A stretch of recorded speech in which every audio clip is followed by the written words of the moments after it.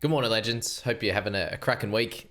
Anyone who jumped on NBL Supercoach, hope that was fun enough for you last night. And you jumped on a couple of Melbourne United guys. I only picked the one that didn't go too well myself, but we're here. Finals Fantasy. We have 194 responses after having 403 for round one. So you've obviously got today to put all of them in. So get that in now. Make sure you put your full name and your email address exactly as you did last week, just so it makes it a lot easier for me. But let's go through the best picks for this week. So we've got Robson, Watson, and Blake Brayley. I think it's going to be a pretty fun little clash. Like Robson's going to have to work really hard again, just like last week. I actually doubt that Watson's going to tackle anywhere near as much as he did with the 69, along with Blake Brayley. Jaden Brayley. Blake, one of them, last week that went nuts with the tackles as well. So it's going to be interesting on that front, because I doubt the Roosters are going to get absolutely spanked by the Manly boys, and I'm expecting Roosters to win that one in the the analysis I had of those two games. So you're probably looking for some attacking stats from these three guys this week. Watson, we saw the other day getting out of dummy half and doing good stuff on that front, so he could definitely be the good consistent pick in that way. You also have to have a look at where you are on the ladder. So I'm right down near the bottom, unfortunately, over 100 points behind that of first. So looking, trying to work out who would be the highest percentage guys to pick, and maybe going against the grain and maybe picking your spots as well. So which one of these guys probably has the highest upside? You definitely say that, Watson likely has the highest upside, especially with all that base that he can provide. But Brayley and Robson can also hit those heights as well. We've seen Robson with 70s and 80s and these types of things as well. So a super fun little clash, and Blake Brayley's in incredible form right now as well. So yeah, up to you on that one. I think that it's a fairly close one. With the gun mids, you've got Collins, Cotter, McInnes. We've seen some lower scores from Cotter. He probably has a little bit more of the up and down nature. We know that McInnes can go sort of 60, 70, 80 tackles, which is pretty crazy.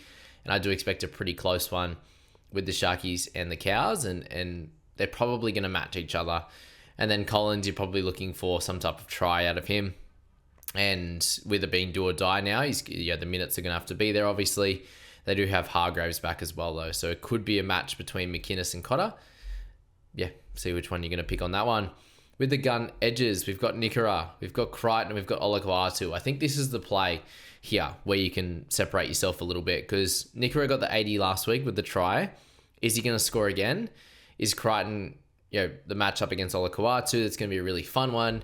He scored pretty low last week, but if the Roosters come out and do well and they can score tries against Manly, then maybe Crichton's the play this week, which last week he wasn't, but maybe he's the upside guy that can get you that sort of 70, 80, 90.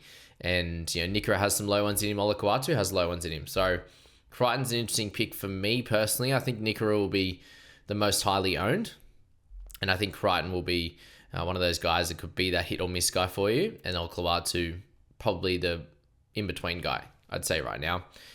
Played really well last week. Can he do it again? But he's up against Crichton, who has been missing a lot of tackles in recent history. So that could be helpful for Olakau'atu with his tackle busts. One mid-priced Ed. So we've got Wilton, Nanai, and Lawton. I think Lawton will be pretty consistent. Hopefully he can bag some type of attacking stat, but it's probably a fight between Wilton and also Nanai.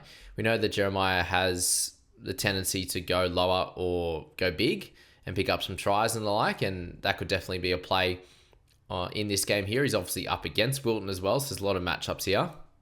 And Teague's probably the more consistent guy. So again, if you're looking for a bit more of a pod play, a bit more of a guy that has the upside, then Nanai is probably the go on that front. This half position is very, very interesting. So we've got DCE, who picked up a try assist last week and a good score, and he just outdid Dearden, and then Hines had a low one. So again, most people are probably going to select a DCE type.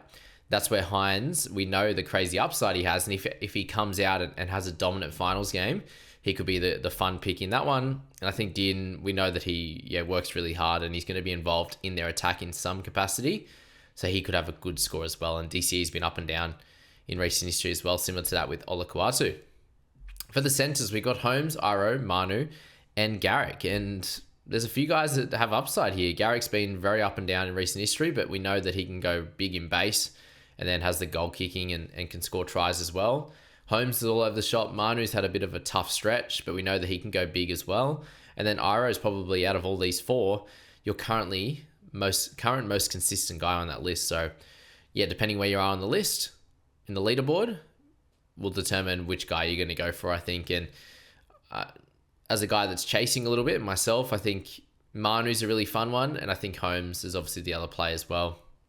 But Garrick against the Roosters, that's my only kind of worry with him, is the quality of outfit he's going up against. And then the final important question is the one gun wing fullback. And we know that if Cowboys are going to win, Drinkwater has to be involved. He scored really well last week. We had a lower score from Turbo, and we had a really good score from Teddy. And Teddy's probably the standout in a game that his team should probably be winning.